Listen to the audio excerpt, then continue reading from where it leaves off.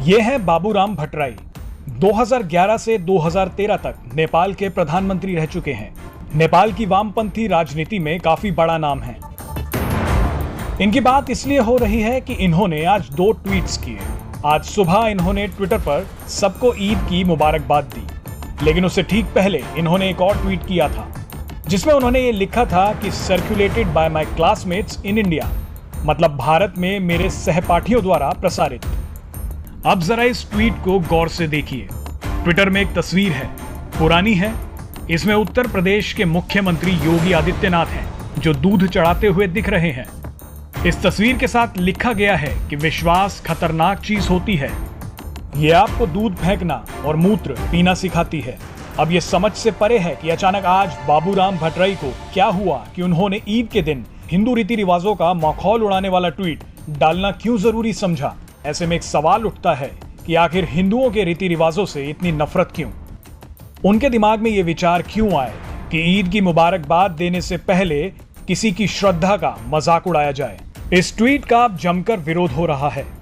मुख्यमंत्री योगी आदित्यनाथ की जीवन गाथा लिखने वाले शांतनु गुप्ता ने ट्वीट कर लिखा कि अगर आप सोच रहे हैं कि बाबूराम भट्टराई के भारत में क्लासमेट्स कौन हैं, तो आपको बता दें कि बाबूराम 1986 में जेएनयू गए थे। उन्होंने ये भी कहा कि हिंदुत्व में वैराग्य सीखने के लिए अपनी सबसे प्रिय और सबसे मूल्यवान चीजों का त्याग करना सिखाया गया है। नेपाल के पूर्व प्रधानमंत्री के इस तरीके के बयान से काफी निराश हूं। गौमूत्र में पाए जाने वाले औषधीय गुण अब दुनिया भर में स्वीकार किए जा चुके हैं। नेपाल के पूर्व प्रधानमंत्री अपने इस ट्वीट से अपनी वैज्ञानिक अज्ञानता का प्रमाण देते हैं। इनके अलावा एक और ट्विटर यूजर ने बाबूराम भट्टराई को करारा जवाब देते हुए लिखा कि नमाजवादी हर जगह हिंदू विरोधी हैं। खैर, जब दिमाग में ही जहर भरा हो और हिंदुओं के खिलाफ नफरत हो तो इंसान के विचार इसी तरह से बाहर निकलते हैं। ये जानना भी काफी दिलचस्प है कि नेपाल वो देश है जहां लगभग 81% लोग हिंदू हैं। हिंदू धर्म यहाँ सबसे बड़ा धर्म है। बाबूराम भट्टराई नेपाल के सबसे बड़े माओइस्ट लीडर रह चुके हैं। काफी समय इन्होंने भारत में भी बिताया। दिल्ली के जेएनयू में पढ़ाई भी कर चुके हैं। 2011 और 2013 के बीच दूसरी माओवादी सरकार का नेतृत्व करने वाले बाबूराम भट्टराई नेपाल के गृह युद्ध का प्रमुख चेहरा रहे हैं। इस गृह युद्ध में करीब 17,000 लोग मारे गए थे।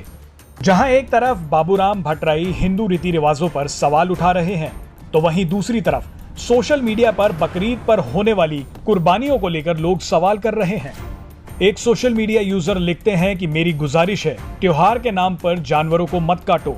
दूसरे यूजर लिखते हैं कि आप अल्लाह को खुश कर रहे हैं या नाराज कर रहे हैं। वहीं तीसरे यूजर लिखते हैं कि पेटा जैसी संस्था बकरीद के दिन खामोश क्यों हो जाती है। आपको बता दें कि लाखों बकरों की एक साथ कुर्बानी पर्यावरण के लिए एक खतरे की घंटी समान है। ऐसे में आपको क्या लगता है, क्या ईद जैसे त्योहार को इको फ्रेंडली तरीके से मनाने पर अब चर्चा शुरू हो जानी चाहिए? कमेंट बॉक्स में जरूर बताएं।